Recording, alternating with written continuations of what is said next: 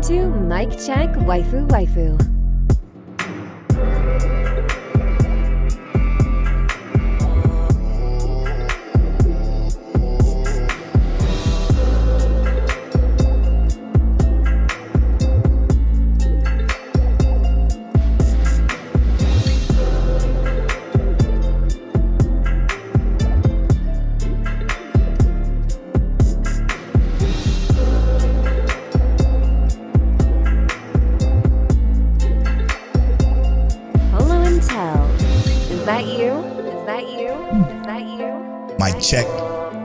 Mic check waifu King Teliano. Is that you? Week part 2. This is episode 348 of Mic Check Waifu. As always, it's brought to you by Patreon. Patreon.com/Mic Check Waifu is where you can get early access to the video version of this podcast. It's where you get access to the Patreon exclusive podcast, The After Stories, where you get access to the pre-show, which goes live 2 days before this episode airs. Shout out to the Patreon producers. Keeps the lights on. Explicitly, Ked, the pro from Chaotic Culture Podcast. Fear, Semi Sensei, Frozen, T-Money, Fingers. Dad Needs to Talk. Check out Dad Needs to Talk podcast. Death Scythe, aka Christian the Archivist. All for One Matt, Rob Stone, Matthew H. the Great, and last but certainly not least, TK Does Architect. Thank you so much for producing this and many other episodes of the podcast. We truly couldn't do it without you. Thank you so much. Mic Check Waifu is the anime podcast brought to you every Tuesday at 9:30 a.m. Central Time. We're here to bring you top seasonal topical discussions, as well as reviews and other stuff. Thank y'all so much for listening. We appreciate you. This is one of our bigger months, strangely. We kind of doubled our numbers than normal for some reason. I don't know exactly why, because we're not really on Twitter. But because I saw our numbers get doubled, I went to Twitter and I just did one of a random post saying, hey, we're still around. Check out episode 347. And then I left Twitter almost immediately, like I normally do. But thank y'all. We appreciate the love and support we're getting on the podcast, as always, as usual. Today, we're going to bring in some of the community cuts. We got a few, and as well as some dope conversation as far as anime goes. Now, I do want to, let's start off with episode of the week this week, because Tel said he'll be surprised if our episode of the week this week isn't the same. So I'm really curious to see what his episode of the week is, because ours might be different. It might be different. And I said this because I watched this episode and I was very much so like, I think I know what you're going to say. Yeah. Very much so like, damn, that's good. Mm-hmm. I want more immediately. Mm-hmm. And that would be Ramparts of Ice this week for me. Okay, not what I expected you to say, actually. What did you think I was going to say? Wistoria, bro. Oh, yeah, I mean... What the fuck? Yeah, nah. ReZero even. Like, I didn't... No. But I didn't want to do ReZero or Wistoria because, like, I feel like we already know those are, like, leagues above majority of what we're watching, right? And I do want to talk about ReZero, too, because I was talking about that with a friend. And ReZero constantly blows me back. But Ramparts of Ice this week, I just felt like... And this could be me. I'm not as keen on slice of life as Polow, but this week I just felt like, yeah, man, relatable. This is so, again, it's just so standard for this particular. Like here's the conflict, right? And it is done in a different way. It's unique enough, I should say, but it's very much. It's always the same roller coaster ride when it comes to these particular types of shows. I mean, Your Name almost has virtually the same thing. It's just a lot of the same. I'm not that keen on it. Like, I'm not saying it's not great, because it is great. It's absolutely great. But it's just it's not special to me. You know what? That does make me want to pose a question to you now that you say that. What's the question? Well, first, what's your episode of the week? Episode of the week is Daemons of the Shadow Realm. Mm-hmm. That was fucking, this episode had me like, yeah, this is what I like right here. This is exactly what I like. Enough mystery, enough intrigue, alongside of the power fantasy I enjoy. You're entertained, man. I was entertained all the way through, and I think Fear said it best. Where is it? Go to the Discord. I should have had this pulled up. Yeah, here it is. Fear says I'm gushing over this episode. Shit, this episode was seriously so good. The shooting, the animation, Uriel's link up with left and right, it was just so clean. Mm-hmm. Also, this is what he said. This is exactly how I feel watching it. Because when I'm sitting in my chair watching anime, I'm kind of like slumped and relaxing. I'm chilling. I'm leaning back. But he says I went from laying down to sitting up with this episode, and that is the reaction I got. I was slouched down until sitting up. I was leaned forward. My posture was terrible during this episode because it was just that drawn. It just had me drawn in that much. Stand up. So like I was like, yo, this shit is fucking great. And what I can't wait to see more. It gets me excited for the future because I want to see the interactions between left, right, and near to you. Like just the way they move is already so different, and we haven't seen anything yet. You know what I'm saying? So yeah, I'm into it. I'm definitely into it. Let's go, bro. As my guy Chase Atlantic say.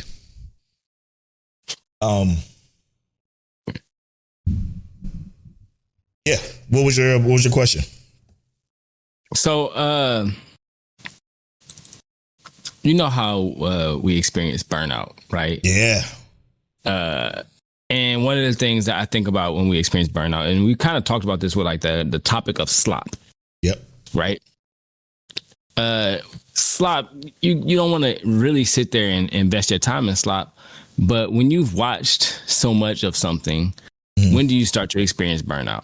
And I say that because, for instance, like I guess I have this experience where action-based stuff ain't really hitting my radar as hard as it used to. Yeah. And I still love my action. I'm not ever going to disregard that. But and when you said, like, for instance, how Ramparts of Ice, for me, I feel like this is my episode of the week. Demons of the Shadow Realm, I think was very good. I think that it was another really good episode. Like, we had some good episodes this week in general. Mm-hmm. Every episode you mentioned, other than, Demons of the Shadow Realm, including that as well, though, were all very good, amazing episodes. New Game Plus even could have been episode of the week. Yeah, but I felt the most drawn to Ramparts of Ice to the point where I even watched it twice. I just really enjoyed it, and I'm not gonna say I watched the whole thing twice, but I watched up to a certain point twice just because I want to see that and just the visuals in alignment with what was being said and what took place. Yeah. To me, it felt, like I said, good, impactful. But this could also be why Journal with Witch was so big for me. Not action-oriented anime that just really seemed to hit hard for me, which I think it also hit hard for you as well, right? Because I think we literally rated it the same thing. Mm-hmm. When do you start to feel like genre burnout is what you're asking? Yeah, genre burnout. When do you start to feel like enough is enough for a specific genre? Do you ever feel that? The only time I feel that is for stuff like The Warrior Princess and the Barbarian King. I'd never once felt genre burnout from Slice of Life. Never once. And I've watched literally probably 1,000 Slice of Life anime that I can't. It's not 1,000. I'm being facetious, but it's in a realm of upwards to like 500 to 600 Slice of Life anime. And that's not exaggeration. That's not joking. Yeah, that's like legit. So when it comes to that, I never felt burnt out once. What I do feel though is I feel like I've seen I can predict the story almost be for beat now to a certain point, but I wouldn't call that burnout because I sit and enjoy it every single time, and I can sit and enjoy it just as much every single time. Like for instance, I made friends with the second prettiest girl in my class. That's nothing standoutish either, but it's giving me something slightly different in the genre that is just, it's been a gem. Watching it ever since, and I love that show, by the way. It's really, really good. Shout out to Umi's, Umi's mom. She's fantastic. She's my this season's crush for sure. But yeah, it's just giving me something. I do want to say though, something happened to me this particular week, and we can get back to the burnout here in a second. But something happened this week, and I want to mention this before I forget it. It never happened before.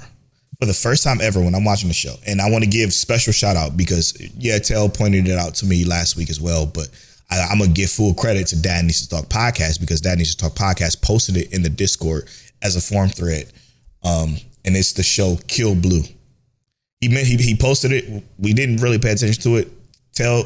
Watched it, and then he mentioned it on the show, and then I picked it up as well. But I want to give full credit. I give all that credit to Dad Needs to Talk, because he definitely had it posted well before we even discussed it. So full credit to Dad Needs to Talk podcast for mentioning the show. I enjoy Kill Blue so fucking much. Like, I absolutely love Kill Blue.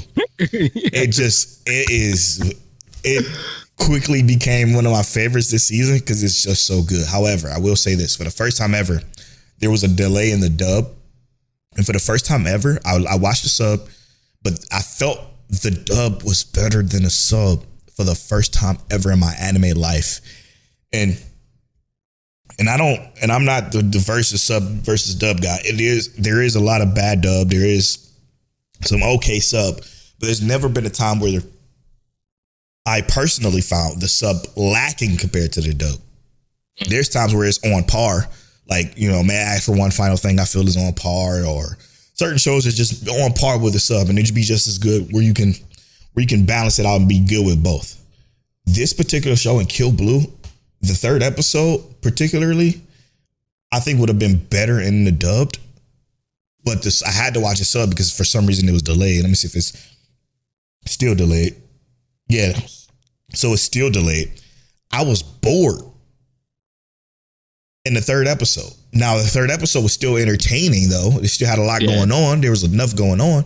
But because it was subbed and everything was so pan dry, it wasn't as entertaining as it was when I was listening to the dubbed and hearing his reactions and the way they emote.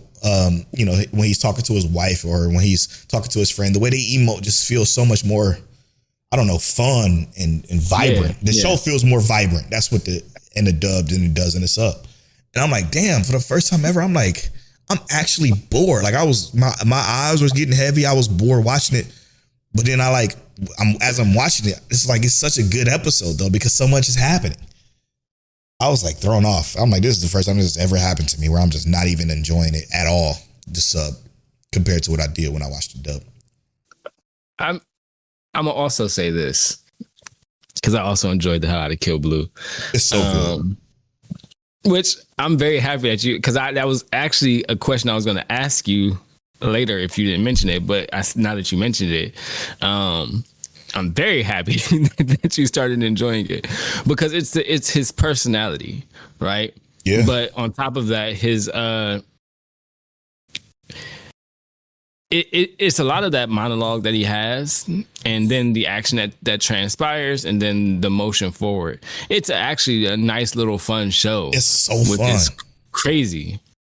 It's crazy, dude. It's so much better than fucking Sakamoto Days. It's so crazy, and the Sakamoto Days comparison was absolutely the right one. Like, these are apples to apples. When we're like comparing the two, but when I tell you, like, it's such a vastly different, entertaining fucking show. Like, it's so good. I'm like, the minute I watched the first episode, I tell my wife, I'm like, you gotta watch this because I know her taste very well. Mm-hmm. You gotta watch this, and she fell in love with it too. Like, it's that great. Like, we look forward to this show every single week now, or is looking forward to it every single week. That I'm just like, I'm blown away about how good it is because I need to see how this goes. And then the end of the third episode was such a good situationship that I'm like, oh shit, this is about to be fucking funny. But then I'm like, but I was already falling asleep because the sub delivery was so bad. I'm like, it's so dry and fucking boring. And I get why they're doing it, but it just don't feel the same, man. It don't feel the same. And I'm not even gonna lie to you. I'm just now realizing that I did watch it in dub and I couldn't figure out why the third one felt so odd. It just felt weird. It's like a weird change of pace. It is 100% still a very good episode, yes. But I didn't realize why it felt so odd. So I am very happy you brought that to my attention. But yes, just mind you, sometimes I turn on the anime and it will normally go to dub first. So I don't even have to think about it. Yeah, you gotta do that. But I do remember clicking on it and it said this episode isn't out or doesn't currently have a dub version, you want to watch it in sub. And I was like, okay, yeah, sure, of course. Why would that make a difference? Right. And it did. Yeah, you could feel it. You could feel it. It's. I was blown back. I was surprised. I'm like, damn, why the fuck am I not? Because I don't know this episode's good. I'm watching it. I'm like, I'm checking it like I would, but I was laughing in the first two. Like I was audibly laughing in the first two episodes and the way he was delivering them lines. And shout out to my guy. I can't remember his real name, but I'm gonna just use the main character he plays in one of my favorite games of all time, and it's Yakuza, Ichiban. Mm-hmm. He plays quite a few characters in the first two episodes. He's such a good dub voice actor. I think his name is like, he's an Asian dude. Can't remember his name. Let me see. Voice of Ichiban. Like a dragon.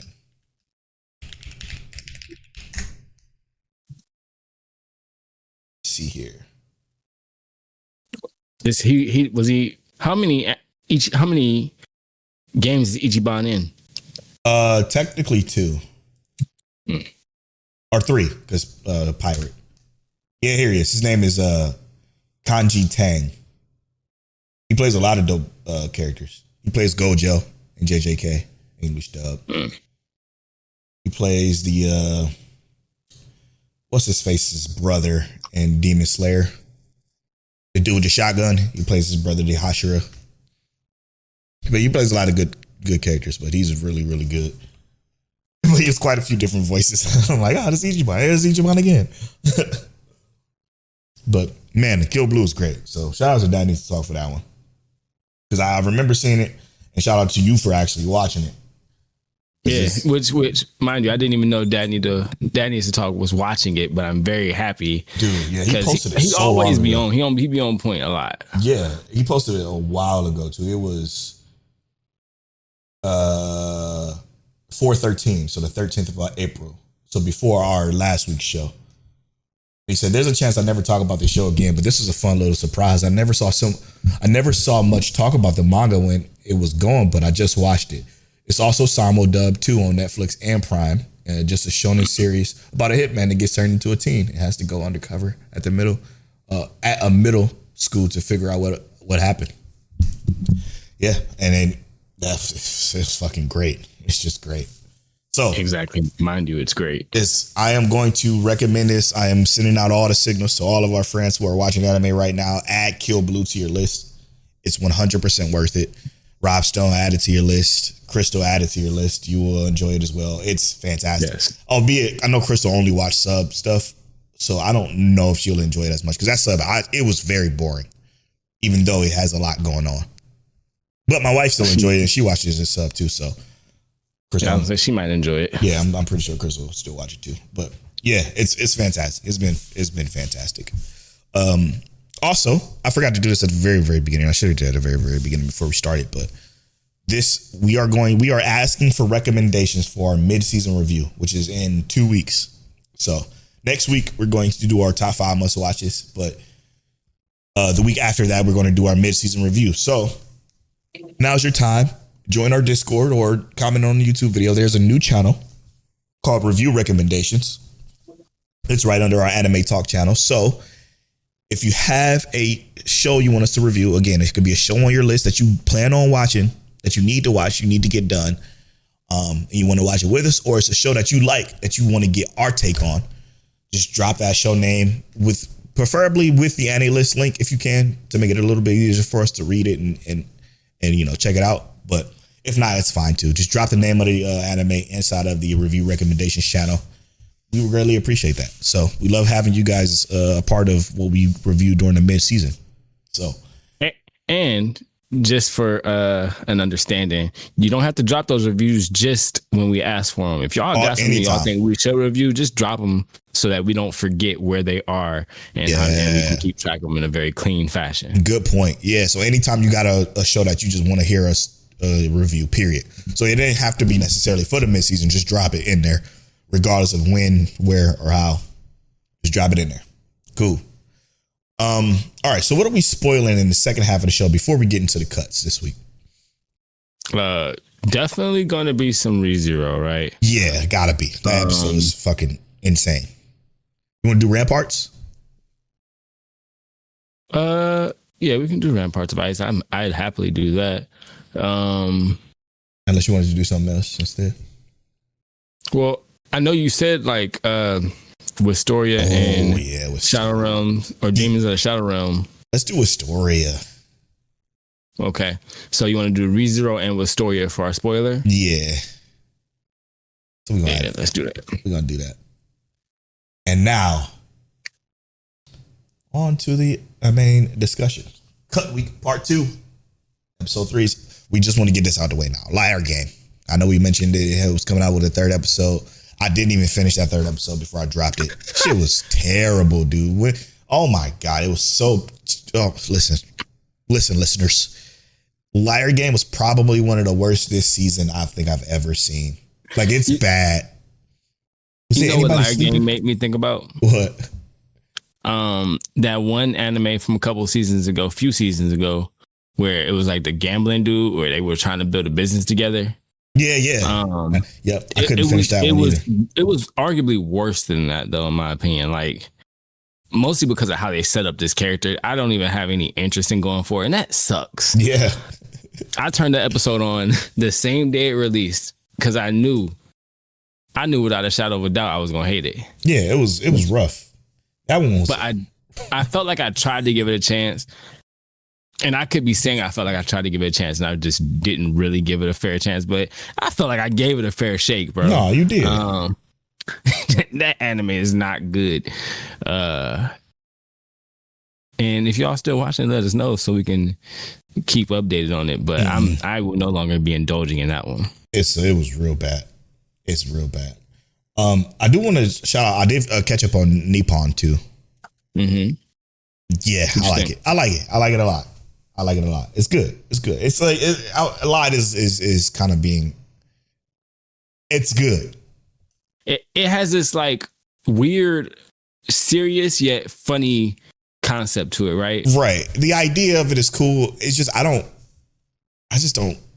have any attachment character wise to anybody.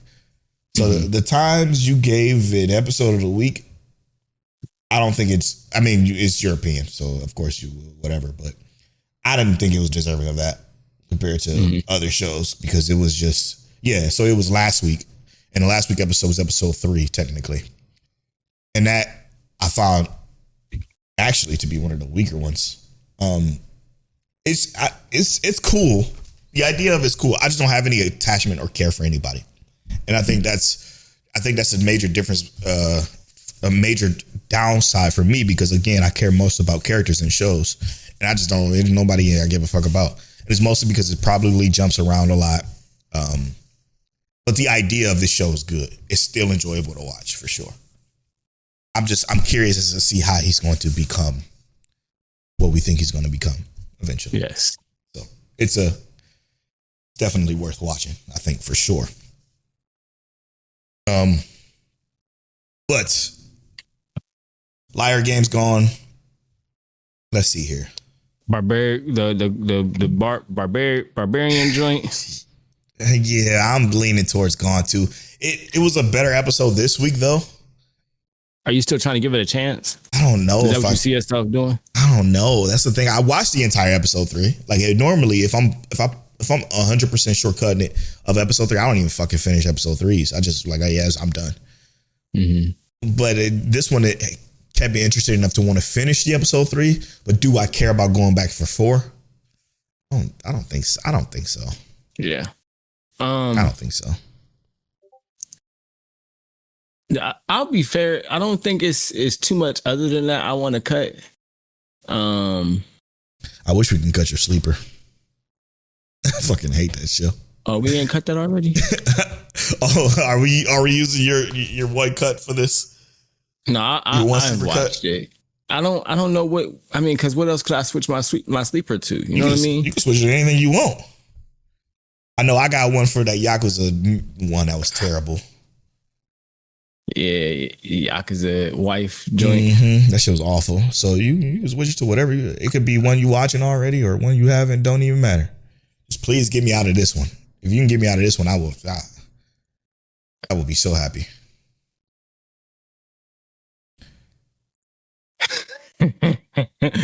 Yeah, man. Sheesh. I'm actually very much so not enjoying it either. That is more dry than the sub you said. Oh my God, bro. Talk about it. That's a steak with no juice in it. Facts. More than well done. It is charcoal. Mm-hmm. Which sadly enough, that sucks. Just pick one of these new ones. I gotta think about it. We'll rock with it. We'll let you think about that while we keep going there. The strongest job is apparently not a hero of a sage, but an appraiser. You keeping it? Yeah. It's bad, dude. It's such a terrible show, but you know what? Whatever. Like I can watch it over Aaron the Southpaw, because Aaron the Southpaw, I think this is the difference, right? And this is important. You already know what I'm about to say, but this is important. Aaron the Southpaw takes itself serious. And it's a serious show with terrible pacing and terrible characters. Nobody's likable. Here, this show does not take itself seriously. It is very much a lame duck kind of show. Mm-hmm. It's not good whatsoever. I don't recommend it, but it's easy to watch. It's a guilty pleasure anime this season for us, I should say. Yeah. 100%. Yeah, I 100%. I know. I knew I wasn't cutting it, even when I watched this week's episode, and I was like, "Well, it's on episode 5, so it's the fact that it made it this far with us. It's like kind of says all bro. I guess I decided I'm not gonna cut the Classroom of the Black Cat and the Witch. I don't fucking know how. Did you see what the Discord said about it? What did they say? Wait, so is this like a community cut? The whole community? Yeah, is like 100%. 100%. Well, I don't know, because I don't think it's that good to where I want to watch it. Daddy Talk said, I knew I wasn't tripping when Tell said he was watching the Black Cat and the Witch anime, and I'm going to spoil it, by the way. Last week, I'm like, how are you watching that show? And then he says, spoilers, had a girl kiss a cat's asshole to break his transformation. I was baffled because I was on the fence about the show, and then once that part happened, I was like, nah. And I'm like, bro, that's what I'm saying. I'm not fucking turning that shit. You got, dude. I am not into no bestiality whatsoever. No. Yeah, which okay. So yeah. I mean, yeah. That one was like everybody was surprised that you still kept that one on the list. What's okay? What part of it is like, okay, I'm gonna see this through? What's making you see it through? Because remember, you could take this time to cut these trash shows to go back to our shows that we were trying to finish. It's very similar to what we were just saying about the previous one, where it doesn't take itself too serious, right? I find it ridiculous enough to where it's like, okay, whatever. Even if I do, like I said, genuinely think this is ridiculous. You know what I mean? I do think the show is ridiculous. I do think there's a lot of stupidity to it. But it's bearable with the idea that like it's just another little crazy watch to list. Now, if nobody else is watching it and there's not even a point in me bringing it up to even say, oh, there's somebody I can even talk about this with, it's not that good. It's not that good where I'm gonna watch it by myself and just hold on to this knowledge about this random BS anime. Yeah, because like I was saying, you could use that time, and I just created another new channel in the Discord for the lists, basically, and are set in stone the backlog, right? You could take that time that you have for that show and then clean out one of these that's in our top 5 here. You know what I'm saying? Mm-hmm. That's exactly what I'm using it for. Like, there are quite a few shows here. Why? It's weird. Why is it double numbering for some reason? Yeah, so I dropped that. Yeah. Anyway. I only watched one episode of Mao, so that's already dropped. Yeah. Well, what about Petals of Reincarnation? Did that make it? This episode was so okay. Yeah, man. You know what I mean? And it wasn't stellar. You know what I mean? Let me tell you why it was not okay to me, and you gonna understand where I'm coming from here. Yeah. They have this show for the uninitiated. I know y'all not watching it, so I'm gonna go ahead and spoil it. But this show uses reincarnation of historical figures as a power system, right? Mm-hmm. The problem I have, like. which the idea of that is cool, right? The problem I have is they have Hitler as one of the power systems, and supposedly it's just this great. He's just this great fucking mastermind, but albeit like I can see where you can kind of get that idea. And mind you, this is Japan, and they was on the side of Hitler back at that time anyway. But I digress. What I'm trying to say is there's no way he's beating Schrodinger's cat as far as an ability goes, right? There's no way he should be beating Einstein or Newton, and he's having trouble with now in the current system, like, well, quote unquote, having trouble, but he's actually whooping the ass. But there's no way that like Isaac Newton would not have no fucking trouble with Hitler as far as like smarts goes, and Einstein either. Like there's like so that part alone got me like, okay, this isn't even going to be historically accurate when it comes to certain characters. Then I'm like, why am I doing this? You know what I'm saying? But again, it's something about the idea of it. This that slight glimmer of just, I want to see him get everybody's powers and him become a fucking demon. Because our main character has the ability of a thief. I'm not sure what person of a thief he is, or he's supposed to be a historical figure. He's supposed to be reenacting, because they never say, which is ironic because everybody else has like a person that they can, reincarnate to. But he's just reincarnating as a thief, and he has the ability, or he's looking to have the ability to take everybody's powers, and that means good guy included. So like, I want to. He still is indecisive on how he's gonna do things. Exactly, and then everybody's all like, "Oh, okay, you can try to take my power," and they're like all super fine with it, like one of his cohorts or his colleagues in his group that he's with. It just feels weird. It would be better if it was still a secret and he sneakily stole them. You know what I'm saying? It would have been cool if he did it that way, but like if he was posing as a secret third party, like, yep. Yeah, I'm helping. My goal is the same, but I got to do this my own way. Right. And he secretly stole their abilities. It would have been cooler that way. But again, there's just something about the historical piece of it that got me, that gives me a little glimmer of, I want to see what happens next. But can only hope. Are you going to continue to, or? Yeah, I feel like I'm going to keep watching it. I have hope for it still, but I also feel as if like it's currently sitting in between a waste of time and could be decent if it does the right thing, if it takes the right actions. Yeah, for sure. The Hitler thing definitely 100% threw me off as well, because I was like, what? Yeah. Why did he get the mastermind and not something else? You know what I mean? Like, exactly. Yeah. There's so many different things they could have played with that on, and I mean, you kind of get it, because he wasn't able to take an entire, I guess you can call it, race of people to believe that they're, right. But I would have thought of something more like, all right, Hitler, not the mastermind, but like the indoctrinator. Hitler, the poison expert. Sorry, something. I like that. I hear that's good. You know what I mean? Yes, something. Indeed. Gas mask, something that visually represents that as well as like what it physically. Because everybody else was good. Like how was it? Is it is it Newton?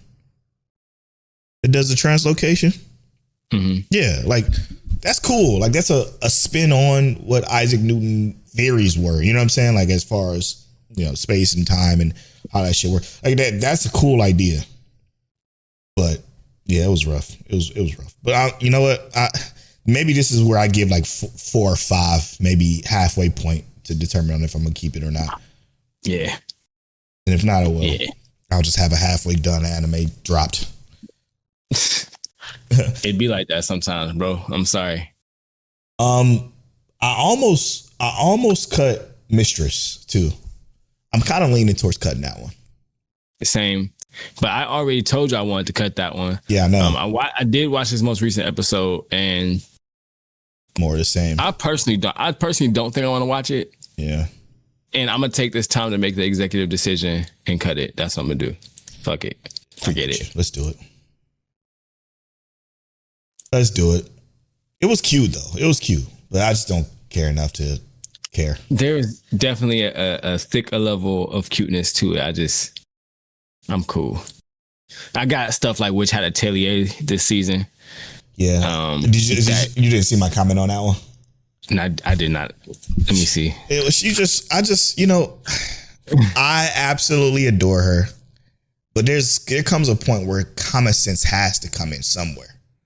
Yeah. And she just doesn't have any of it. I understand when she's 10 years old, but like there's things that she knows is wrong that she still do anyway. Like when I was talking about how the girls were upset at her, I'm like, they should be upset with you. Like this is literally, like you think about it, this is literally your fault. What happened recently, not this most recent episode because we are recording on the day that episode came out, but the episode before that, she made the executive stupid decision. She knows who these brim hat wizards are. She knows that they're bad. She knows that her master needs to get to them. Instead of telling him, hey, there's one outside, let's go get it. You decide to run out by yourself against a witch you don't have any idea what to do against. Right. And no idea what their capabilities are. Yeah. And the girls are like trying to stop you, like, hey, what are you doing? Come back. And you chased after her. And then it turns into this whole situation where she's all fucked up. Like it comes a point, and then she's shaking somebody when she knows they're drawing a spell, and she decides to she just was fucking up. Like, just stop. There comes a point where you got to use some common sense. And it was a little upsetting, but like I said in the Discord, I do feel like she's gonna have some shine. This is giving her a chance to shine, and it's gonna come, and it's gonna be as bright as fucking Orion or whatever. Like she's gonna be fine, I think. Oh yeah, and the show is fucking gorgeous. It's just it's amazing to look at. Jesus. Right. Yeah, I agree. Because you would think that, and I also say this because while she has the eidetic memory to memorize all, or maybe we're not going to say it's eidetic, but she has the memory to memorize all these symbols that she's seen in these books, right? Right. Remembering things, even like pictures that are not a direct language to things, is not easy to do. Yeah, it's cool. So, well, here's what I'm saying. That's not what I mean. What I'm saying is that I agree with Polow in the sense of like the common sense. You would think that somebody who has the ability to memorize a whole context like that would also have the ability to listen and understand some basic things that they would tell you, like, hey, we need to catch those people because they're bad and they hurt people and they're trying to shake up the world too much. You see what you did with the agency to just write down some things that you had never known about. Yep. And look what happened. You know what I mean? Mm-hmm. So I do think it is very interesting. And she does have some level of common sense, because when she did the little trial thing, and she was like, I should just put the symbols on my feet. And she didn't, luckily. Because I do wonder what the full extent of that is. Like, does that make the magic more powerful if you put it on your human body? Or does it just destroy the body? Who knows, right? Right. But you would think that, yes, the common sense would be a little bit more common with this one, or starting to become more common. Lack thereof it's slightly exhausting per se, but again, the show's so pretty to look at, and then it's endearing enough to where I forgive it. It's not. I'm not gonna say it's Freerin, because everybody's like, oh, this is a level of Freerin, or even Delicious in Dungeon. This is a level of Freerin and Delicious in Dungeon kind of fantasy. While it looks fantastic, I haven't felt that writing ability yet. Yeah. I think the best writing was like the first episode. Yep. But they do got the intrigue. They got the intrigue. They got the lovable character. So they got 2 out of the 3. The writing just hasn't been spectacular yet. The intrigue is definitely top tier though. Like, I'm like, yo, what the fuck are these brim hat wizards or whatever, or witches? Like, what are they? What are their goals? What do they want with Coco specifically? Like, what, Right. And oddly enough, and I'll say this only for the first episode, they had the chance to lock it in like how Made in Abyss did. Because that first episode gave me a very similar feeling, but they didn't lock it in the way that Made in Abyss did. Yeah. So Alas, and not to be too comparative, but this is an anime podcast and we'll be watching anime. I want them to, put pen to pad. I think they will, and I believe they can. Just it takes time to build. I think. Only 13 episodes though, so a lot. I'm almost sure that regardless of what happens in this season, I'm going to be intrigued enough to watch a season 2. 100%. Yeah. 110%. Okay. Back to continuing the cuts. So we got, am I going to cut Barbaric? Yeah, Warrior Princess. You're not going to cut it? You made your decision? Yeah, I am. Okay. It's enough for me to cut it. That's out of there. I'm glad. I had already decided I was good. It's giving me a lot of room this week to watch just anything else. Yeah, this is actually the smallest my list has been in a while. Me too. Same. Which I'm okay with. Because does it take away from the quality of the season? I don't think so.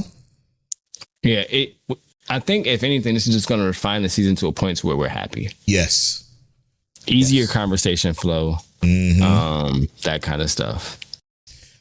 All right, let's start getting to some cuts from the listeners, shall we?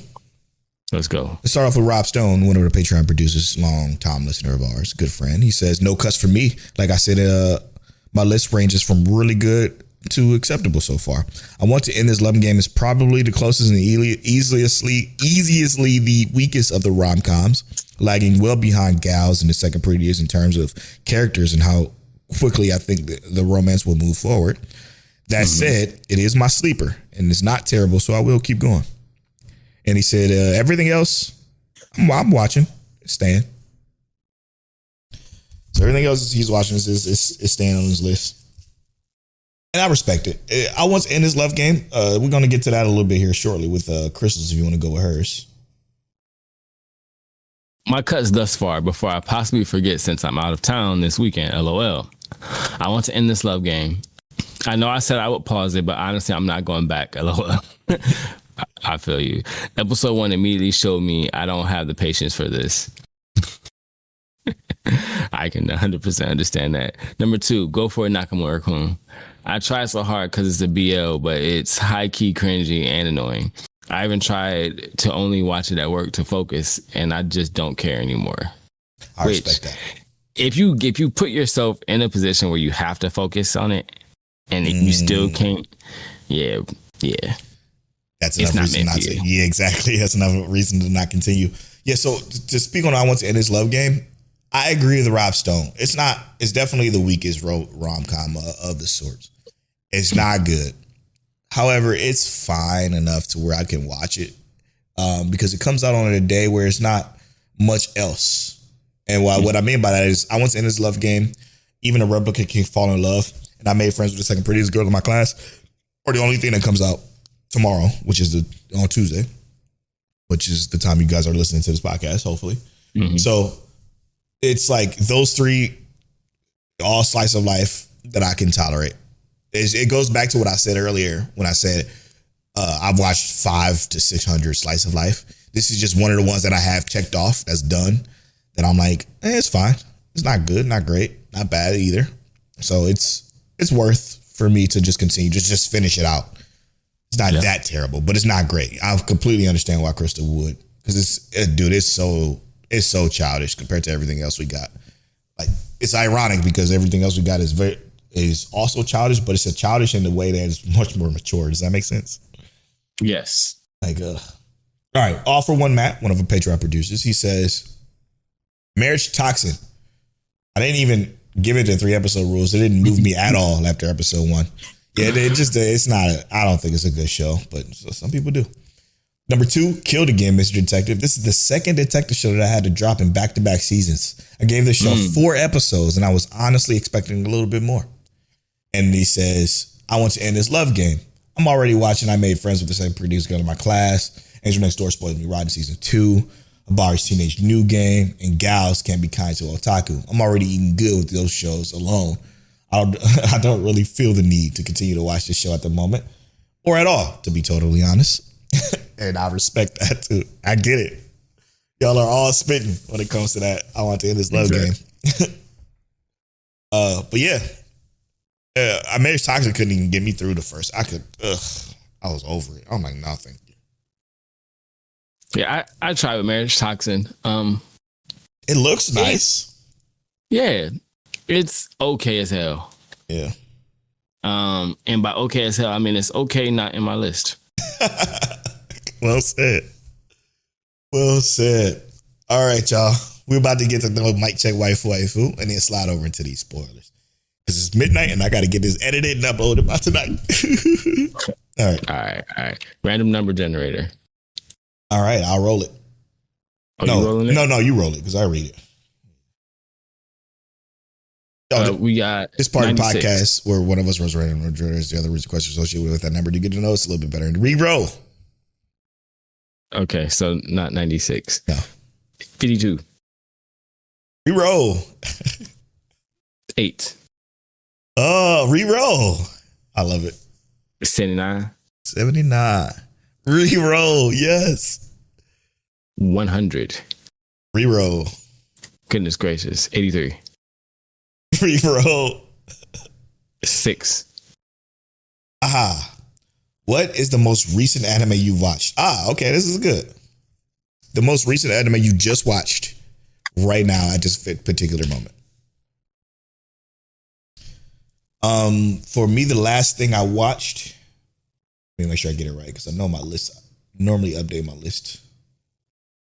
Yeah, the most recent thing I watched recently was Aaron the Southpaw. I saved that for absolute last.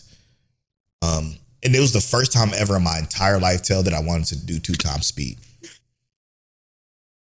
That's sad. 2 times speed is amazing. No, it is sad.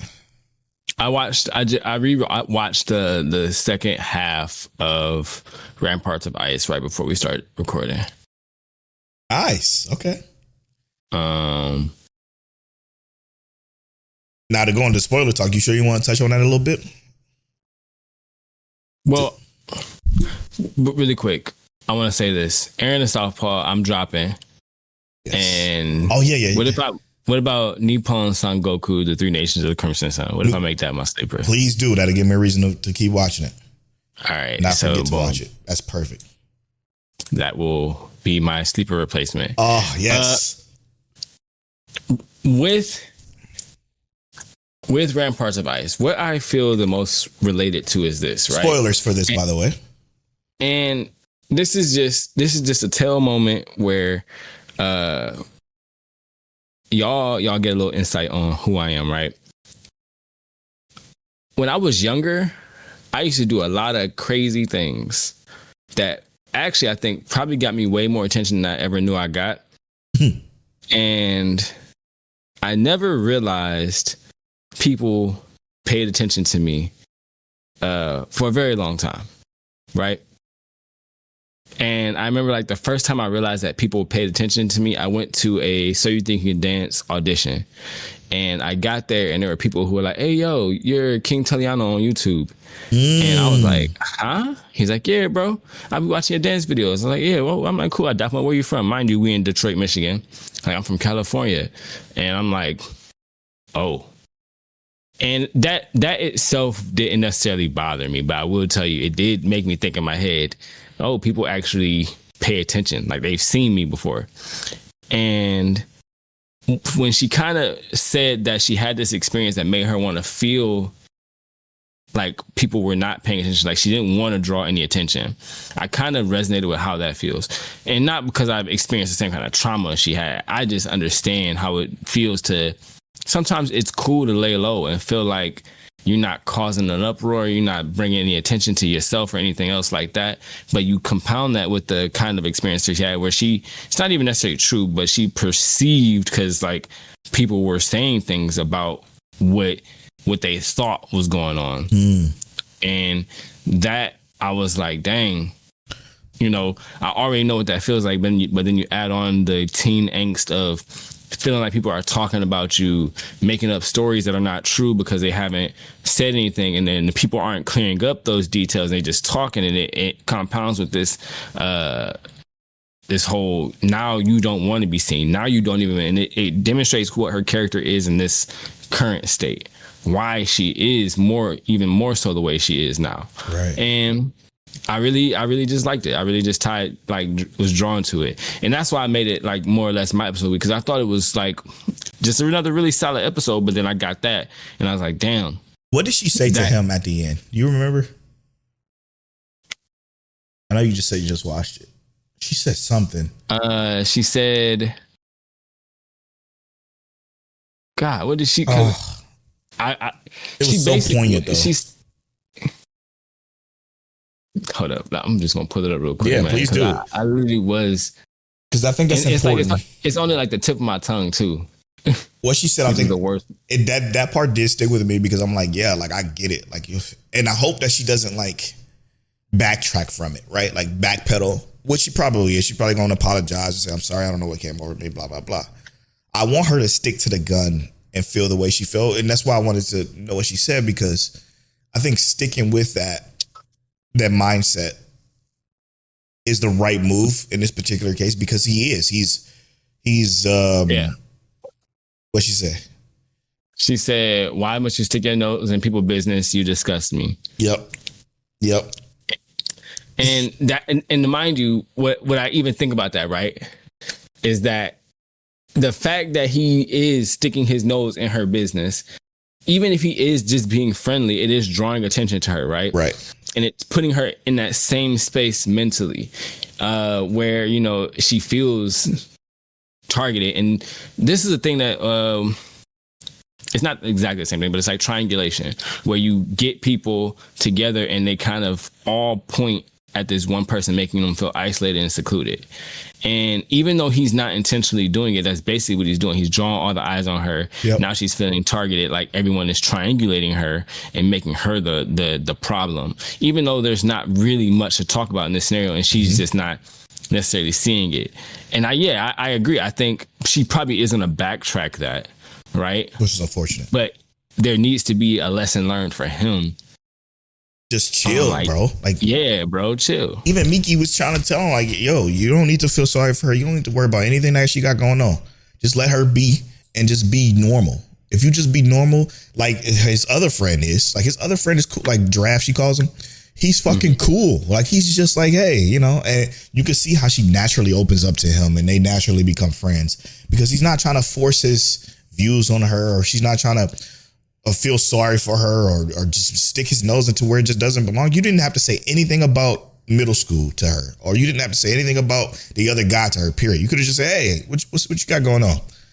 Oh, okay. You about to get ready to go home? All right, me too. All right, I'll catch you later. That could have been the conversation. That could have been it. But now you bring up high school and you bring up the guy again. You bring up, like, you're just sticking your nose into places where it just don't need to be. And again, I completely agree with her. It's a level of ignorance as well, though. You know what I mean? Because he doesn't necessarily, I don't think he knows what's going on in her head. Yeah, or between them. For him, he's like, I don't know, so I'm just talking. But he don't understand that my guy, my brother in high school, relax. But he even said, we shouldn't talk about middle school anymore. Like, he knows something, which made her feel that way. She was starting to have a panic attack, an anxiety attack. Like, yo. Which even then, he doesn't have to know anything about middle school. He could just be trying to address her as the slightly older person she is. But the issue is that he don't know what she's experienced to just be talking to her that way yet. He hasn't opened that door and has been unable to. Like the other friend has, yeah. Exactly. Yeah, it was good. It's doing that part really well, but again, it's no different than Honey Lemon Soda, or it's no different than, you know what I'm saying, all the other shows that are virtually the same when it comes to it. It's just a different flavor of pop, if you will. Or soda pop, or canned drink, or whatever y'all use. I just don't drink pop, but I love pop. Me too. You know, side tangent. I got into these things because of my love for pop. It's called QG. And there is only 5 grams of sugar. But if I want something sweet like a pop, this is what I drink. 25 calories. I'm drinking this drink called a Trip with 120 milligrams of magnesium. I like that. Where you get that from? I got it from a liquor store. Is it liquor? No, it's not alcohol. No, not even any. No, the only thing is the magnesium, and I think there's some apple cider vinegar in here. But it's literally just they have it's lion's mane, magnesium, L-theanine, and ashwagandha. Trip. I wonder if I can get it from Costco. Yeah, but there's no mind altering things in here. But the L-theanine, that's important for those of us who have overactive brains. That's me. No reason why I don't sleep at night. Anyway, I swear to God. Let's go. Where are we going next? Let's hop to ReZero or Wistoria. Let's do ReZero, brother. Okay, so this episode impacted our Discord quite a bit. Impacted my heart. Let me go to ReZero thread here. Here it is. Shout out to Shonen Bump. He says, this episode took a twist and I almost cut it off. I know this show does everything for a reason, so I stuck it out. Well said. Crystal Light says, I should not have watched this at work. Hey, and Rob Stone was actually in Discord for this one. He said this was a difficult watch for sure. I was just hoping to get a return by death so it'll be over. And what everybody's referring to is the beginning of this episode, where they were woke up after being brought down into essentially under the tower, if you will. And they were walking through, and it was rough, bro. It was rough to see. And mind you, everything started to transpire after Subaru said, geez, this feels heavy around here. Yep. Which I imagine that's the miasma that he spoke of. And it immediately went south, right? And here's the thing, is that I feel like there is still a level of consciousness that is taking place here, right? Yeah. But so this got to be that Witch of Wrath that we were talking about. That's what I was thinking too, man. And there's a level of consciousness that's still there because what's her name? The girl in the white clothes. She was able to say, look, y'all were arguing and I just need to choose who's going to be the most useful in this moment. Anastasia, y'all were arguing. I need to choose who's the most useful in this moment. And it just happens to be you, Subaru. And that gives me the idea that there is still a level of cognitive function there. Like they're not just completely wrathful. Nah, it's an overwhelming of emotion. If that makes sense. Is what I'm thinking of. It's like they're overwhelming them and making them feel like any reason to show wrath they have to. Yep. I mean, and it could be the most minuscule, minute reason, right? Like just talking or not saving a ram or whatever the case may be. And it was just it literally spawned out of control, and it was so visceral, bro. And I don't mean. It just felt off. It was off as fuck. And it was because of who Subaru is or who Ram is and who Anastasia is. Like, I could see Anastasia doing what she did because I don't really know her as well as I know everybody else, but it just felt heavy. And then Patrish, like, come on, man. Patrish loves Subaru. That's a never, by the way. Yeah, exactly. But I'm going to say this. I, for one, while I feel like it was off, I think that they did that for a reason. Absolutely. Always. The reason is that one, I think Ram really does feel that way. Oh, about her not saving. Not that she wants to hurt Subaru. Yeah, of course. But inside, just she's like, look at him do all of this. And Rem is not at the forefront of your mind. My sister's not at the forefront of your mind. You're just going to go back and help Amelia. You're not caring about us. You're not caring about what's happening right now. And I'm watching you actively not care. Yeah. And I think Ram does actually feel that way, but she's normally able to hold it down, be logical in the situation, figure out what's the next best step, give someone the point of view and say, you know what, or the benefit of the doubt and say, all right, he's just doing this in a moment because this is what we need to do to get to the next scenario. But with this heaviness of the miasma and the inflammation of wrath and emotional context, she's like, yeah, no. Yeah. I gotta do something about this right now. Yeah. And just, I mean, to speak on that, I think while it is a small part of her that feels that way, her real feeling is what she felt when they went left. They went right, the miasma happened, they killed each other basically. But when they went left, that's when we saw her trying to save Subaru's life, because my sister would cry, Rem would cry. And that fucking touched me so dearly. And to see her move like that, I'm like, yeah, it's just cool. It's just so good. What's so good about it is that you never fucking know what is going to happen next. Like, I have no idea what's going to happen next. Now that they either captured, or she said again, I found you. Like, what does this mean? Like, what is she doing? Like, is it because of Subaru's, Subaru's witch factor inside of him that she's saying I found you? Or, you know what I'm saying? Because it's like Wrath again had that connection to Petrogi, so maybe it's something to do with that. I just don't know. I don't know what's going to happen next. There's no guessing ReZero whatsoever. Yeah. And I don't think we were going to have any idea as to what happens next until we get to a point where the next step is obvious. Right now, nothing's obvious. We're in here struggling. It's tough. It's tough. And it has been tough. I think Subaru now has more deaths than he had in the entire season of season 3. Yeah. I think it was 3 and then 4, so it would be 4 total. And he had 2 last season with Wrath before he figured it out. So, and then these fucking checkpoints, like what I'm mainly concerned about too is like,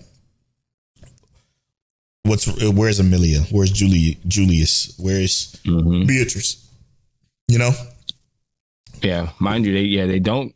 And with the checkpoints have always been a sore point for me. I don't know, like, we don't know when the checkpoints start or why. Like, we don't get to a point and be like, okay, this is a destination point right here, and then be like, oh, checkpoint. Yeah, because the last time a major checkpoint fucked us was when Rem was forgotten, because he tried to kill himself. He killed himself, and it brought him right back to where he was, with Rem being forgotten, and he's in a situation now. So I don't know, dude. I don't trust none of these damn checkpoints, brother. It's so rough. So like, what if he's at a new checkpoint now, since he's been captured by whoever this lady is, the person of this tower, but Beatrice was hurt, or you know what I'm saying, like something fucking terrible like that happened. Well, as long as Beatrice is alive, right, she'll be healed when she gets in contact with him again. You know what I mean? No, not if she's destroyed. Yeah, I mean, like, if she's alive though, as long as she's alive, yeah, she'll be fine. It's her being like killed or like vaporized, more fatally wounded. Yeah, because she heals from his mana, right? Yep. So she'll be fine as long as she's alive. If she mortally wounded, ain't nothing that they can do around her. Then she chalked out. That's what I'm saying. What if the fucking? I don't think that's gonna be the case. Not off screen like that. Yeah, you can't do Beatrice like that. It could be off screen, but not off screen like that. Yeah, you're right. Don't do me like that, please, man. Please. All right. Now let's move. I can't gut check it. No gut check. No gut check. You can't. It's impossible. Let's move on to Wistoria, Wand and Sword 2. So I said this in the Discord, and I believe it to be accurate. Let me know if I was off when I said this. I said, now that's how you handle a generic plot armor, the generic plot armor of you got to have courage trope. Well, holy shit. It's very generic. It's so fucking rudimentary, but it was done so well because there's consequences. Also, it sets up that whole reason why he failed magic test, right? Because it almost sets up in the perspective of if he had not gone for the super analytic answer, breaking down everything he's ever learned and researched, right? Mm-hmm. And if he had just gone with magic is courage, and this is what it feels like magic should be, then he probably would have passed that test. You know what I mean? Yeah. He has no idea what magic feels like. True. And you get this moment right here, and he's telling him, "What's your magic?" And you say that's been the answer the whole time, right? And yes, it's cliche, it's very tropey, but brother, it is inspiring. It gets the crowd going. Yeah. In a very shonen way, but in a great shonen way. Very well done, man. It was so well done that it actually blew me away. Like when I'm watching, I'm like, shit. Like there's so many. The consequences came first here, right? Like consequences of them, being so one-dimensional, right? Not, being bigotry, having so much bigotry towards the dwarves, and just all this stuff that would amount to this particular moment backfiring on mages, period. That it's like, yo, when this shit happens and now it's not just one person that saw him. Everyone seen what he's capable of and is doing now. But it took so much loss and damage and death and carnage for it to happen. Mm-hmm. Now it's here. It's like, fuck, dude. It was so well earned and deserved that I enjoyed every last bit of it. I did. And I'm like, guys, this is fucking tropey as hell. But you know what?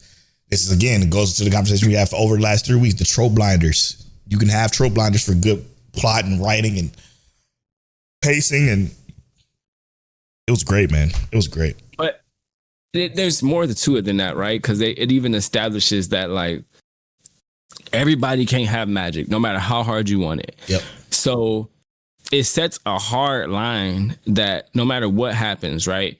Our character can't just talk his way through it. He can't just wish that he has magic and have magic.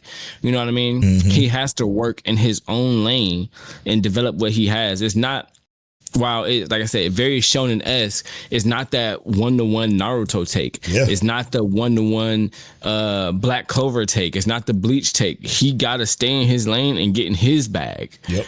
And I like that. I really do. I like it. And well said.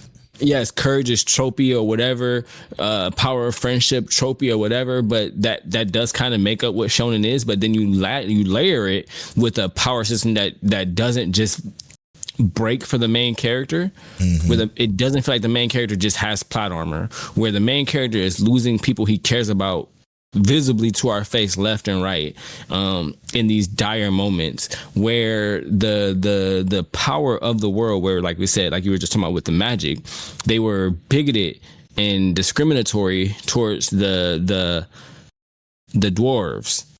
The dwarves came through and saved them. Yep. In one of the most important moments, he's like, I need y'all to go and die. Talking about the professor. The professor said, I need y'all to go and die for the people here. And they're like, you want us to go do that right now when you wouldn't even blah, blah, blah earlier? Yes, I want you to. And then he literally goes right ahead and takes a shot for the dwarf and lets him know, my life is less than yours right now. And I apologize for all the crap, but mine is less than yours, and I'll protect you before I let you go away in this moment. And I'm like, that's good writing, in my opinion. Even if it's just the verbal context of it, I fuck with it heavy. It's brilliant. My language. It's very brilliant. No, and I'm gonna end it here.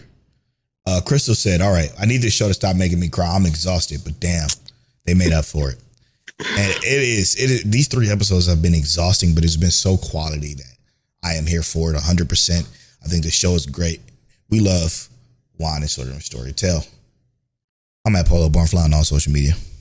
I'm at King Taliano on social media. Subscribe to the YouTube channel, like the video, comment on it, do whatever you can to help us get us out there, and review it on all podcast services. And as always, Mike, check.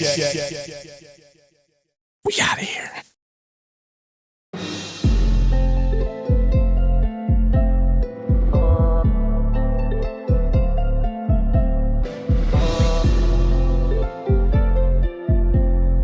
You're now tuned into Mic check, waifu, waifu.